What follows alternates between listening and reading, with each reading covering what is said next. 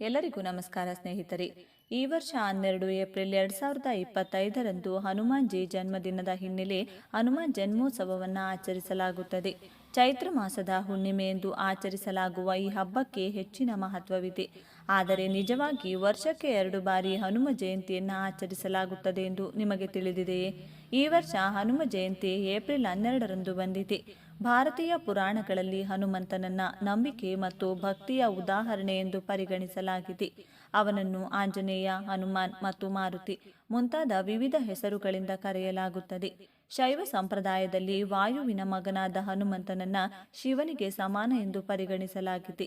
ಇದಲ್ಲದೆ ಹನುಮ ಜಯಂತಿಯಂದೇ ಹುಣ್ಣಿಮೆ ಬಂದಿರುವುದರಿಂದ ಆ ದಿನ ಬೆಳಿಗ್ಗೆ 3:21ಕ್ಕೆ ಪ್ರಾರಂಭವಾಗಿ ಭಾನುವಾರ ಬೆಳಿಗ್ಗೆ 5:51ಕ್ಕೆ ಕೊನೆಗೊಳ್ಳುತ್ತದೆ. ಈ ದಿನದಂದು ನಾವು ಏನು ಮಾಡಬೇಕು ಮತ್ತು ಏನು ಮಾಡಬಾರದು ಎಂಬುದನ್ನು ತಿಳಿದುಕೊಳ್ಳಿ. ಈ ದಿನ ಹನುಮಂತನ ಸಂಕೇತವೆಂದು ಪರಿಗಣಿಸಲಾದ ಮಂಗಗಳಿಗೆ ಈ ಒಂದು ವಸ್ತುವನ್ನು ತಿನ್ನಿಸಿ. ಸಕಲ ದಾರಿದ್ರ್ಯ ನಿವಾರಣೆಯಾಗುತ್ತದೆ, ಜೊತೆಗೆ ಅದೃಷ್ಟ ಕೂಡಿ ಬರುತ್ತದೆ. ಇಂತಹ ಪವಿತ್ರವಾದ ದಿನ ವೀಳ್ಯದೆಲೆಯಿಂದ ಈ ಚಿಕ್ಕ ಪರಿಹಾರ ಮಾಡಿ ಸಾಕು. ಹಣ ವೃದ್ಧಿಯಾಗುತ್ತೆ, ಆರೋಗ್ಯ ವೃದ್ಧಿಯಾಗುತ್ತೆ, ಮನೆಗೆ ಬಂದಿರುವಂತಹ ಕೆಟ್ಟ ದೃಷ್ಟಿ ದೋಷಗಳು, ಮಾಟ ಮಂತ್ರಗಳು ನಿವಾರಣೆಯಾಗುತ್ತೆ, ಅದೃಷ್ಟ ಕೂಡಿ ಬರುತ್ತೆ. ಒಟ್ಟಾರೆಯಾಗಿ ವೀಳ್ಯದೆಲೆಯಿಂದ ಈ ಒಂದು ಪರಿಹಾರವನ್ನು ನೀವು ಈ ದಿನ ಮಾಡಿದರೆ ಖಂಡಿತ ಸ್ನೇಹಿತರೆ ನಿಮ್ಮ ಸಮಸ್ಯೆಗಳೆಲ್ಲ ಸಂಪೂರ್ಣವಾಗಿ ನಿವಾರಣೆಯಾಗುತ್ತೆ. ಏನು ಮಾಡಬೇಕು ಅಂತ ನೋಡೋಣ ಬನ್ನಿ. ಅದಕ್ಕೂ ಮುಂಚೆ ನೀವಿನ್ನು ನಮ್ಮ ಚಾನಲ್ಗೆ ಸಬ್ಸ್ಕ್ರೈಬ್ ಮಾಡ್ಕೊಂಡಿಲ್ಲ ಅಂದರೆ ಖಂಡಿತ ಈಗಲೇ ಸಬ್ಸ್ಕ್ರೈಬ್ ಮಾಡ್ಕೊಳ್ಳಿ. ಹಾಗೆ ಈ ವಿಡಿಯೋ ಇಷ್ಟ ಆದರೆ ಮರೆಯದೆ ಒಂದು ಲೈಕ್ ಕೊಡಿ. ವಿಡಿಯೋ ಸ್ಕಿಪ್ ಮಾಡದೆ ಕೊನೆ ತನಕ ನೋಡಿ. ಎಲ್ಲರೂ ಭಕ್ತಿಯಿಂದ ಜೈ ಹನುಮಾನ್ ಅಂತ ಕಮೆಂಟ್ ಮಾಡಿ. ಭಗವಾನ್ ಹನುಮಂತನನ್ನ ಹಿಂದೂ ಧರ್ಮದಲ್ಲಿ ಅತ್ಯಂತ ಪೂಜ್ಯ ದೇವತೆಗಳಲ್ಲಿ ಒಬ್ಬನೆಂದು ಪರಿಗಣಿಸಲಾಗಿದೆ.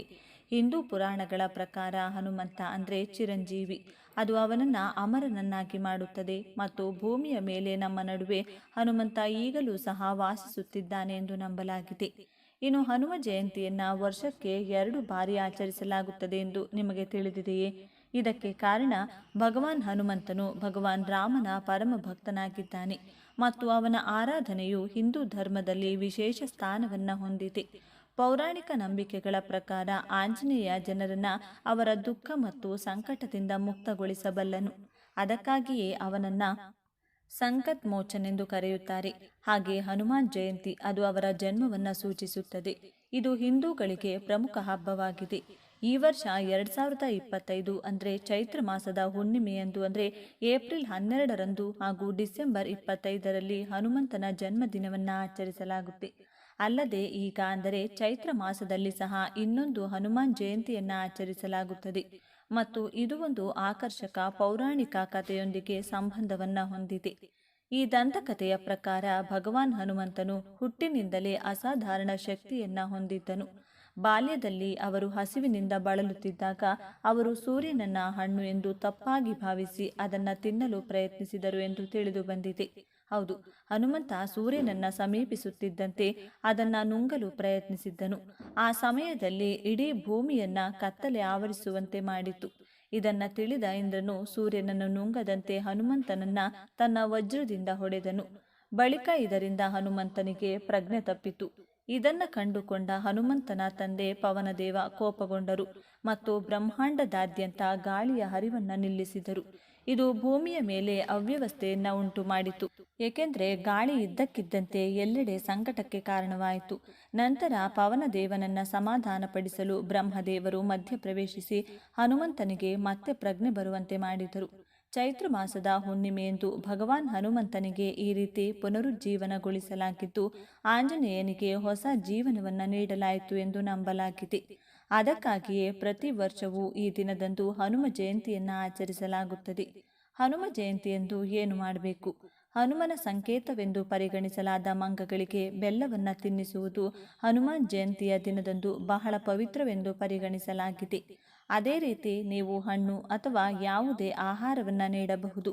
ಈ ದಿನದಂದು ಹಣ, ಆಹಾರ ಮತ್ತು ಬಟ್ಟೆಗಳನ್ನು ದಾನ ಮಾಡುವುದು ಶುಭವೆಂದು ಪರಿಗಣಿಸಲಾಗಿದೆ. ಇದು ನಿಮ್ಮ ಸಮಸ್ಯೆಗಳನ್ನು ನಿವಾರಿಸುತ್ತದೆ ಮತ್ತು ಶಾಂತಿಯುತ ಜೀವನಕ್ಕೆ ಕಾರಣವಾಗುತ್ತದೆ ಎಂದು ನಂಬಲಾಗಿದೆ. ಹನುಮ ಜಯಂತಿಯಂದು ಉಪವಾಸ ಮಾಡುವವರು ಬ್ರಹ್ಮಚರ್ಯವನ್ನು ಪಾಲಿಸಬೇಕೆಂದು ಹೇಳಲಾಗುತ್ತೆ. ಅಲ್ಲದೆ ದೇವಸ್ಥಾನದಲ್ಲಿ ಅಥವಾ ಮನೆಯಲ್ಲಿ ಹನುಮಂತನನ್ನು ಪೂಜಿಸುವಾಗ ಕೆಂಪು ಹೂಗಳು, ತುಪ್ಪ ಅಥವಾ ಎಳ್ಳೆಣ್ಣೆಯನ್ನು ಬಳಸಿ. ಸ್ನೇಹಿತರೆ, ವೀಳ್ಯದೆಲೆ ಹಣವನ್ನು ಆಕರ್ಷಿಸುತ್ತದೆ. ಲಕ್ಷ್ಮೀ ದೇವಿಗೆ ಪ್ರಿಯವಾದ ವಸ್ತುಗಳಲ್ಲಿ ವೀಳ್ಯದೆಲೆ ಕೂಡ ಒಂದು. ಹಾಗಾಗಿ ಈ ಹುಣ್ಣಿಮೆಯ ದಿನ ಕೆಲವು ವೀಳ್ಯದೆಲೆಗಳನ್ನು ತಂದು ನಿಮ್ಮ ಮನೆ ಬಾಗಿಲಿಗೆ ತೋರಣದಂತೆ ಕಟ್ಟಿ, ಮನೆ ಬಾಗಿಲಿಗೆ ವೀಳ್ಯದೆಲೆ ತೋರಣ ಕಟ್ಟಿದ್ರೆ ನಿಮ್ಮ ಮನೆಯ ಸಂಪತ್ತು ದುಪ್ಪಟ್ಟು ಬೆಳೆಯುತ್ತದೆ. ಹಣದ ಸಮಸ್ಯೆ ಎಲ್ಲ ಹೊರಟು ಹೋಗುತ್ತದೆ. ಯಾರು ಕಡು ಬಡತನದಲ್ಲಿ ನರಳುತ್ತಿದ್ದಾರೋ ಅಂತವರು ಈ ಹುಣ್ಣಿಮೆ ದಿನ ಲಕ್ಷ್ಮೀ ದೇವಿ ಫೋಟೋವನ್ನು ತಂದು ನಿಮ್ಮ ದೇವರ ಮನೆಯಲ್ಲಿಟ್ಟುಕೊಳ್ಳಬೇಕು.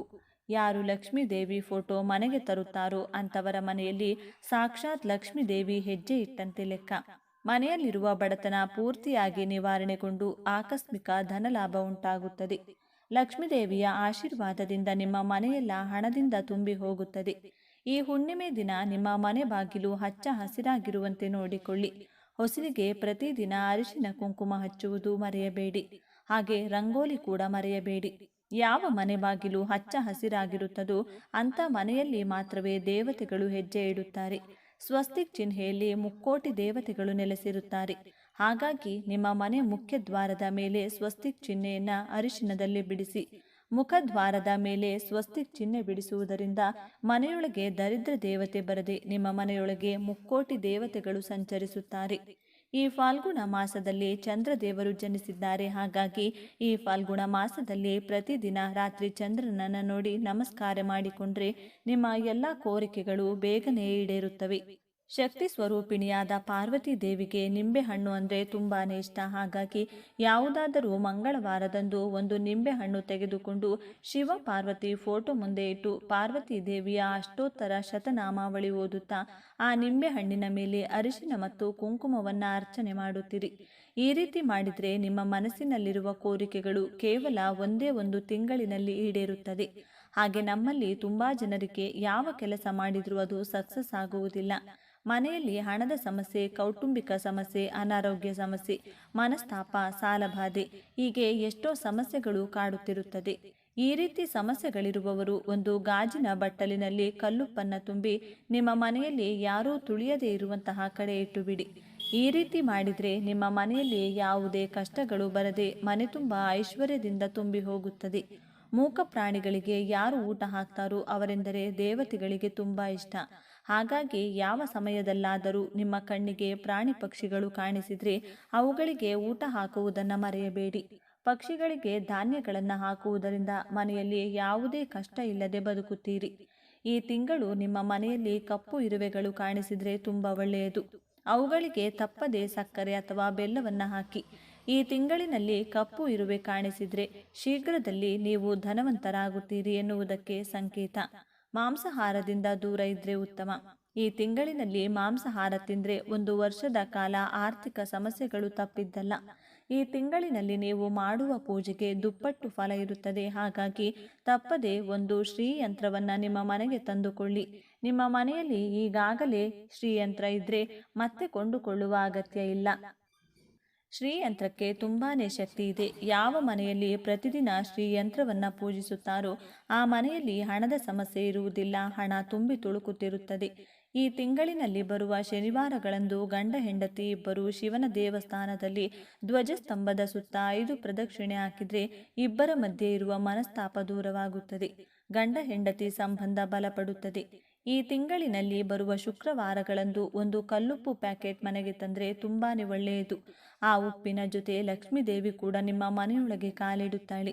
ಮಾಡುವ ದಾನಗಳಿಗೆ ಕೋಟಿ ಪಟ್ಟು ಹೆಚ್ಚಿನ ಪುಣ್ಯ ಫಲ ಲಭಿಸುತ್ತದೆ. ಮುಖ್ಯವಾಗಿ ನೆಲ್ಲಿಕಾಯಿ ಗಿಡವನ್ನು ಪೂಜಿಸಿದರೆ ಆಯಸ್ಸು, ಆರೋಗ್ಯ ಹೆಚ್ಚಾಗುತ್ತದೆ.